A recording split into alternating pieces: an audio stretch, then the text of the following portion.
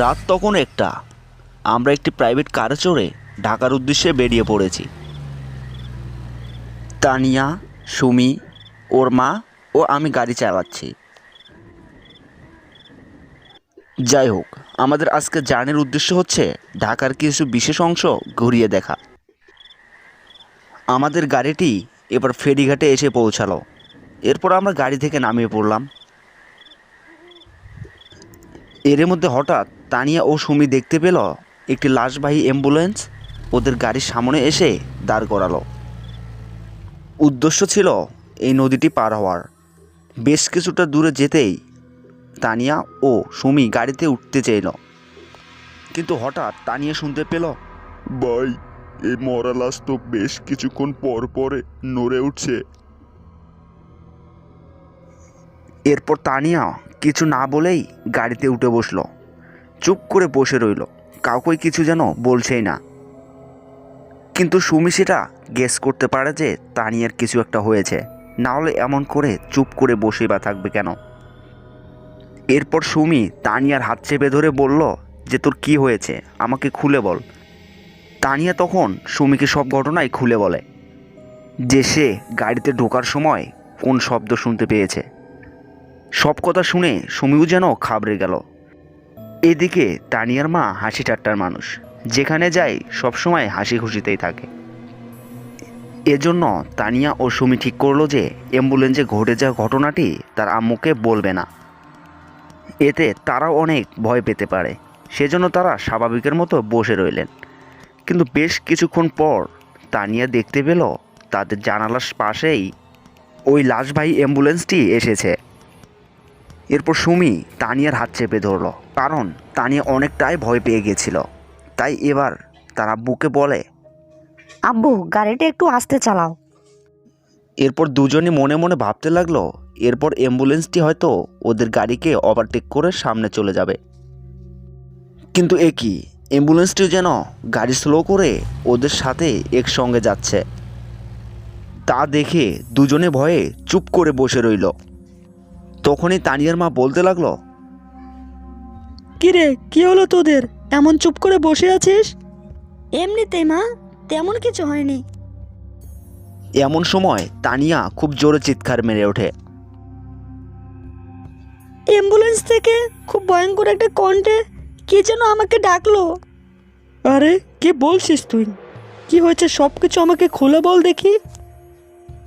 এরপর সুমি ফেরি থেকে ঘটে যাওয়া সব ঘটনাই খুলে বলে। এসব শুনে ওর মা যেন অনেকটাই ঘাবড়ে যায়। ও সময় বাইরেও খেয়াল করলাম রাস্তাঘাটে কোনো দোকানপাট খোলা নেই। তাই সামনের একটা দোকানে আলো দেখে ওখানে আমাদের গাড়িটা দাঁড় করালাম। দোকানটি অবশ্য বন্ধ ছিল। আমরা গাড়িটা থামাতেই ওই অ্যাম্বুলেন্সটা যেন আমাদের গাড়িটা ওভারটেক করে চলে যায়। আমি এতক্ষণ চুপচাপ গাড়ি চালাচ্ছিলাম। ওখানে আমরা সবাই গাড়ি থেকে নেমে একটু হালকা হওয়ার চেষ্টা করলাম, কিন্তু হঠাৎই ধুলাবালি সহ একটা দমকা হাওয়া আমাদের ঘিরে ধরলো। আমরা দ্রুত গাড়িতে উঠে পড়লাম। সে মুহূর্তেই গাড়ি আর দেরি না করে স্টার্ট করে দিলাম। কিন্তু বেশ কিছুটা দূরে যেতেই আবার সামনে ওই অ্যাম্বুলেন্সটি চোখে পড়ল। রাস্তার এক সাইডে দাঁড় হয়ে আছে। মনে হচ্ছে অ্যাম্বুলেন্সটির কোনো সমস্যা হয়েছে। আমিও স্বাভাবিকের মতো অ্যাম্বুলেন্সটিকে এড়িয়ে গেলাম, কিন্তু হঠাৎই অ্যাম্বুলেন্সের একটা জানালা খুলে গেল, আর সে গাড়ির ভিতর থেকে কেমন যেন বিকট এক গন্ধ আমাদের গাড়িতে ঢুকে পড়ল। এর হঠাৎই অ্যাম্বুলেন্স থেকে বাচ্চা ছেলের কান্নার আওয়াজ ভেসে আসলো। আর এদিকে তো সুমির একেবারে গন্ধে বমির অবস্থা। তাই দ্রুত জানালা বন্ধ করার অনেক চেষ্টা করলো, কিন্তু কোনোভাবে যেন জানালাও বন্ধ হচ্ছে না। এদিকে মা পরিচিত এক হুজুরকে ফোন দেওয়ার চেষ্টা করছে, কিন্তু এতটাই কপাল খারাপ যে নেট খারাপের কারণেও ফোন যাচ্ছিল না। আর এদিকে তানিয়া ভয়ে চোখ বন্ধ করে সিটে বসে আছে। বেশ কিছুটা দূরে যাবার পরেই লাশের গন্ধটা একটু কমতে শুরু করে দিল। কিন্তু একটু দূরে যেতেই আমি হঠাৎ করেই গাড়ির ব্রেক ধরলাম। আর তানিয়ার মা বলতে লাগলো, আরে কি হলো, গাড়ি থামালে কেন? সামনের রাস্তায় মনে হলো একটি মহিলা বাচ্চা কোলে নিয়ে দাঁড় হয়ে আছে। এইটা দেখেই আমি গাড়ির ব্রেক চাপি। এমনিতেই সবাই অনেক ভয় পেয়ে আছে, আর আমার কথা শুনে অনেকটাই চমকে যায় আরও। তাই গাড়ি আর দাঁড় না করে চালানো শুরু করে দিলাম।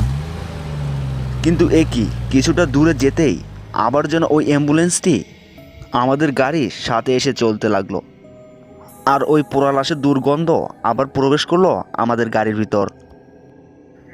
এতে আমাদের অনেক অসুবিধা হচ্ছিল, তাই তানিয়ার মা ঠিক করলো এই গাড়িওয়ালার সঙ্গে কথা বলবেন।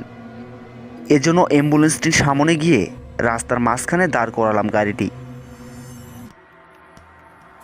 অ্যাম্বুলেন্সটিও এসে থেমে গেল।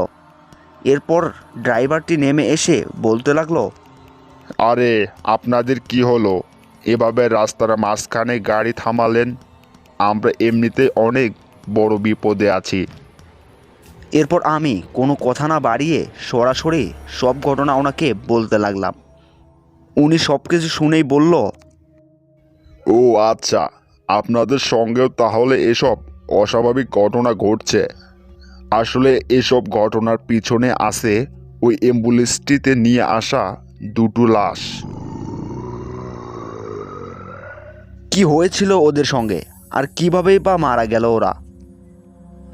ঢাকার বস্তিতে এক দম্পতি একটি বাচ্চা সহকারে বসবাস করত। কোনো কারণবশত ওই স্বামী ওই স্ত্রী ও বাচ্চাকে পদ্মা নদীর পাড়ে নিয়ে গিয়ে পুড়িয়ে মেরে ফেলে।